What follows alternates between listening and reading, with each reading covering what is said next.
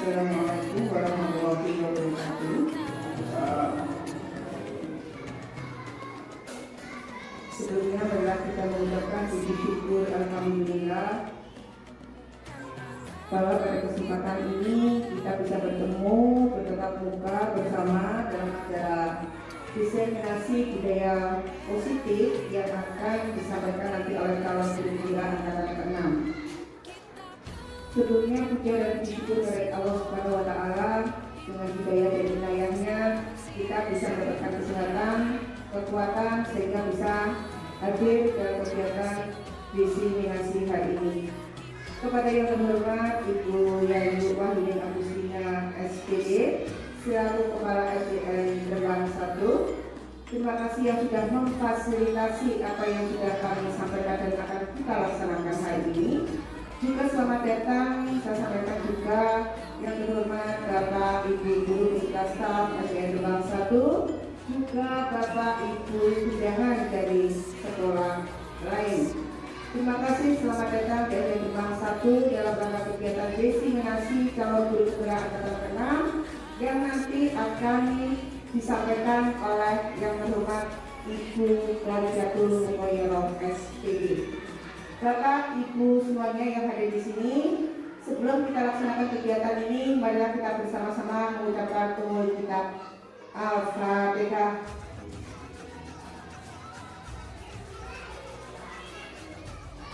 Terima kasih.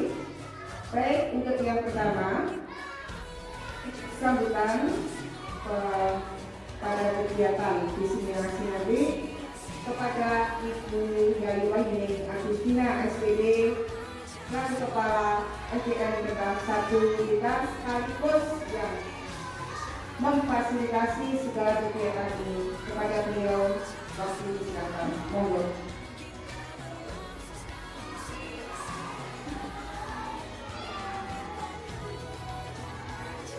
Assalamualaikum warahmatullahi wabarakatuh.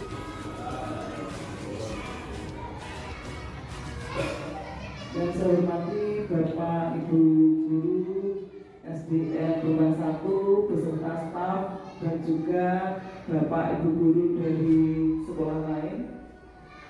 Puji syukur kehadirat Allah Subhanahu wa Ta'ala yang telah melimpahkan rahmat, taufik dan hidayahnya sehingga pada kesempatan pagi ini kita dapat melaksanakan kegiatan diseminasi budaya positif yang diselenggarakan oleh Ibu Khadijatul Mukoyoroh SPD. Bapak Ibu semuanya yang saya hormati, terima kasih pada kesempatan ini telah diberikan kepada saya untuk memberikan sedikit ulasan bahwa pada kesempatan ini saya pribadi juga atas nama sekolah SDN Gerbang 1 telah merasa bangga kepada Ibu Khadijatul Mukoyoroh yang telah lolos seleksi untuk mengikuti program TPP sehingga telah beberapa waktu yang lalu telah mengikuti kegiatan dan hari ini dilaksanakan diseminasi tentang budaya positif.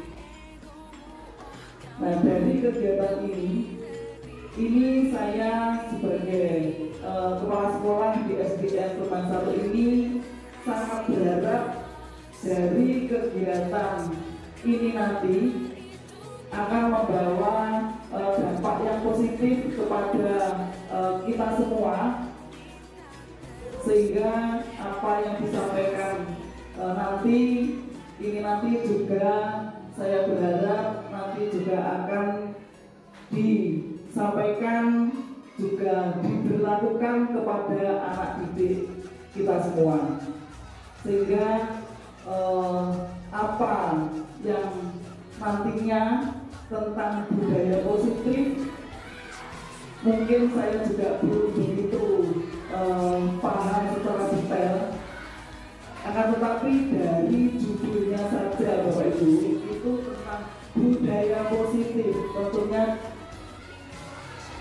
kita bisa berpikir budaya positif itu budaya berarti untuk kegiatan-kegiatan yang membudaya, dan hal-hal yang positif tentunya akan hal-hal yang lebih baik. Nah, dari sekilas itu saya nanti juga berharap apa yang nantinya akan disampaikan itu nanti juga tidak sekedar teori, akan tetapi juga akan dipraktekkan tentang budaya-budaya atau hal-hal positif untuk sekolah kita, dan tentunya kepada anak didik kita itu nanti akan menjadi lebih baik tentunya. Dan budaya positif itu tidak hanya untuk anak didik, akan tetapi untuk semua warga sekolah tentunya.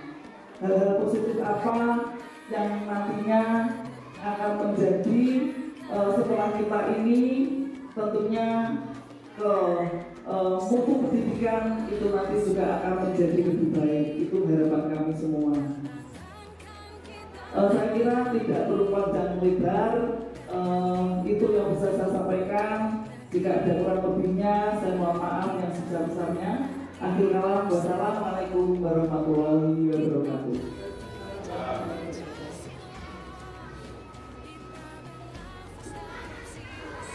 Terima kasih Ibu yang dipanggilkan Dina, Kepala SDN Kembang 1 yang sekaligus juga sebagai fasilitator atau yang memfasilitasi kegiatan ini kepada kami yang akan melaksanakan kegiatan diseminasi budaya positif dari calon guru penggerak angkatan ke-6.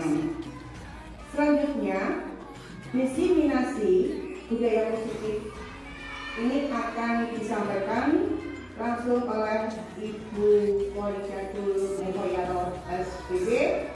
Monggo untuk Ibu Polikatul disilakan. Assalamualaikum warahmatullahi wabarakatuh. Terima kasih kepada saya untuk melaksanakan diseminasi budaya positif di SDN Kembang 1 Kota Medan. Di sini saya sebagai calon guru penggerak ada tugas sebagai guru penggerak itu yang pertama kami telah bergerak dan sedang bergerak, dan tugas kami adalah menggerakkan. Salah satu cara menggerakkan adalah mengajak Bapak Ibu mengikuti diseminasi budaya positif yang merupakan salah satu kegiatan calon guru penggerak. Budaya positif ini merupakan karakter yang sudah menjadi terbiasa, kebiasaan atau sesuatu yang sudah menjadi kebiasaan anak-anak yang baik, kemudian sudah menjadi kebiasaan anak-anak, dan kemudian karena karakter itu terus dilaksanakan sehingga tercipta sebuah budaya, dan yang namanya budaya positif itu pasti budaya baik. Nah, dalam materi budaya positif ini yang kita pelajari adalah yang pertama disiplin positif, yang kedua teori motivasi, hukuman, penghargaan, dan restitusi, yang ketiga keyakinan kelas, yang keempat kebutuhan dasar manusia dan dunia berkualitas, yang kelima restitusi, dan 5 posisi kontrol. Nah, teman-teman, Bapak Ibu guru yang saya hormati, tentang paradigma disiplin positif kita akan melakukan suatu permainan, yaitu saya coba Bapak Ibu ini saya bagikan kertas.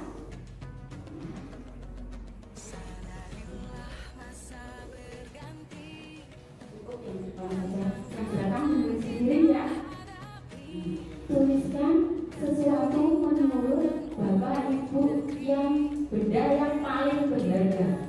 Bisa di sekitar Bapak Ibu sekarang ini, benda yang paling berharga. Tolong dituliskan. Kalau sudah dituliskan, silakan dipegang erat-erat. Dipegang sangat erat.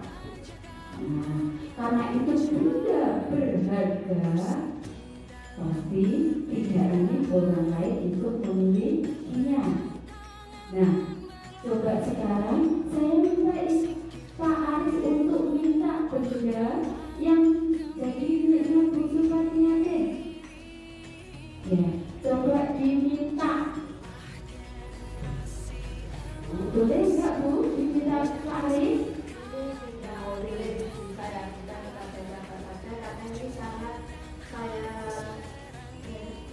Milik saya sangat berharga.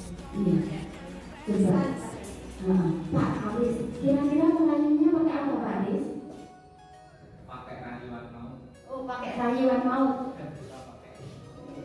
Misalkan sama Pak Aris itu kan HP-nya sangat bagus itu. Boleh nggak?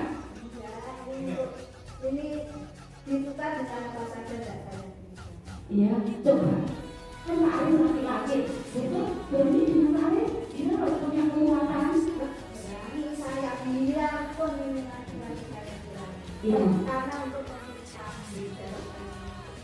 Iya, luar biasa untuk bersumpahnya dan pertahanan untuk bersumpahnya bahwa itulah menunjukkan bahwa sesuatu kalau itu yakin dan bisa kita miliki dan itu sangat berharga pasti akan dipertahankan walaupun itu lewat rayuan, lewat suap, lewat intimidasi. Tapi kalau keyakinan itu tidak kuat maka bisa roboh karena intimidasi maupun ancaman. Kalau itu bisa kalah dengan ancaman biasanya itu terpaksa bukan dari diri sendiri. Itu adalah paradigma disiplin diri.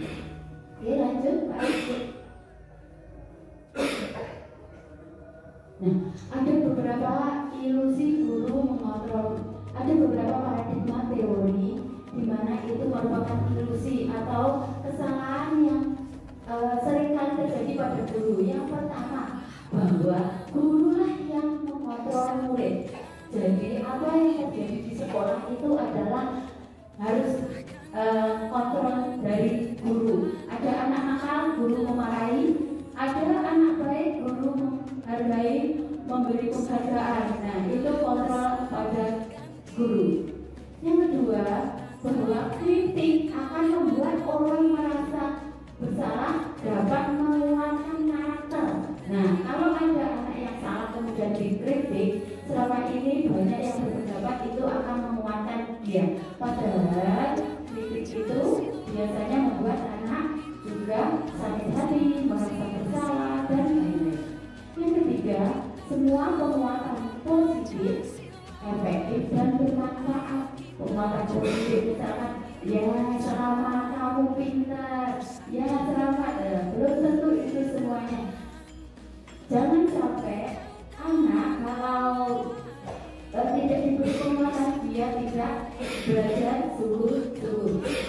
Siapa sesungguhnya yang memiliki kontrol? Nah, ada stimulus respon dan teori kontrol.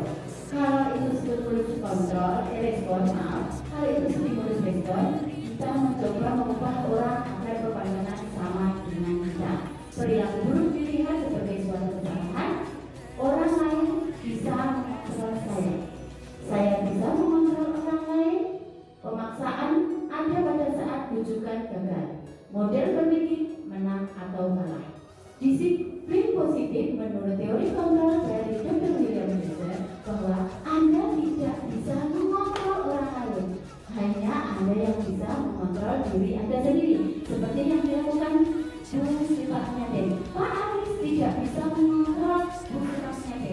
Bahkan Bu Suparniati kalau ingin memberikan ke Pak Aris tidak perlu dilakukan. Kalau dia menginginkan diberikan akan diberikan begitu saja. Jadi teori kontrol itu bukan dipengaruhi oleh orang lain, tapi diri sendiri.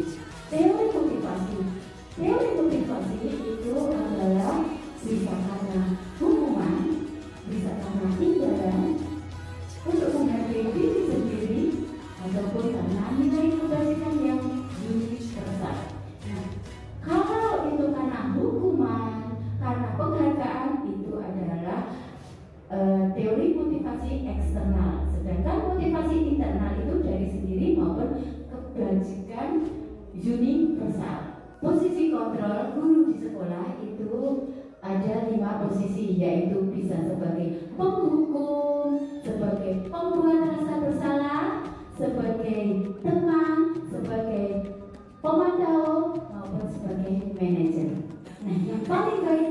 sebagai manajer. Karena kalau sebagai penghukum akan menyebabkan anak akan menjadi istilahnya kalau nakal akan lebih nakal karena dia ada rasa dendam. Kemudian kalau dia sebagai pembuat rasa bersalah, anak akan semakin merasa bersalah ketika dia melakukan kesalahan. Kemudian kalau dia sebagai teman, dia akan istilahnya kalau bahasa Jawa itu sakarape dewe, ya, karena nggak apa-apa, saya besok bersalah lagi nggak apa-apa. Nah, itu adalah posisi sebagai teman. Kemudian kalau teman tahu saya terus anak menjadi tidak nyaman. Nah, kalau sebagai manajer itulah yang akan dibangkitkan dan hubungannya dengan segitiga restitusi. Di sini ini ya segitiga restitusi.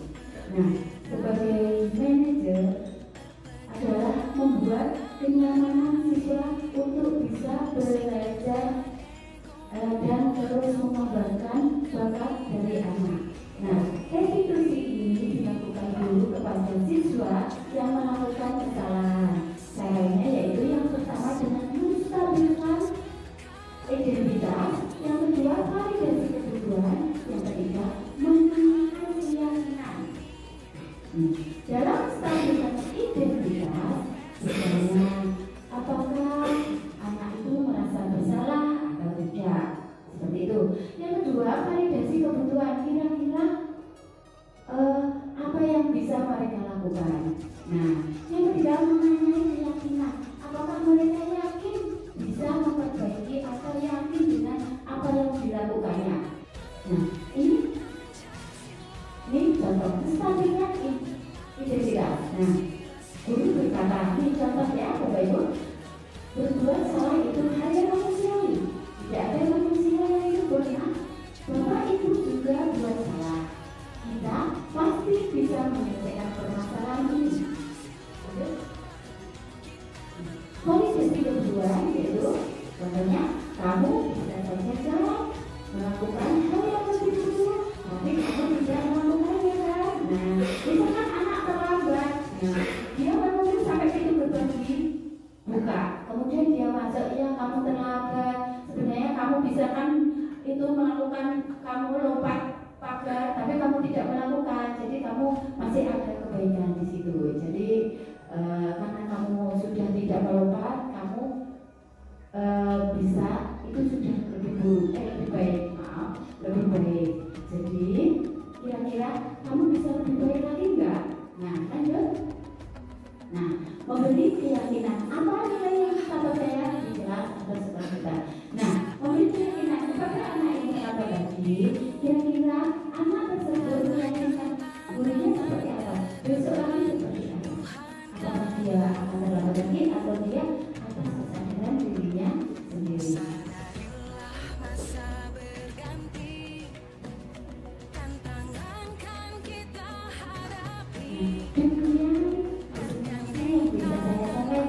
Semoga bermanfaat bagi kita dan keluarga kita semua. Selamat, salam, dan bahagia.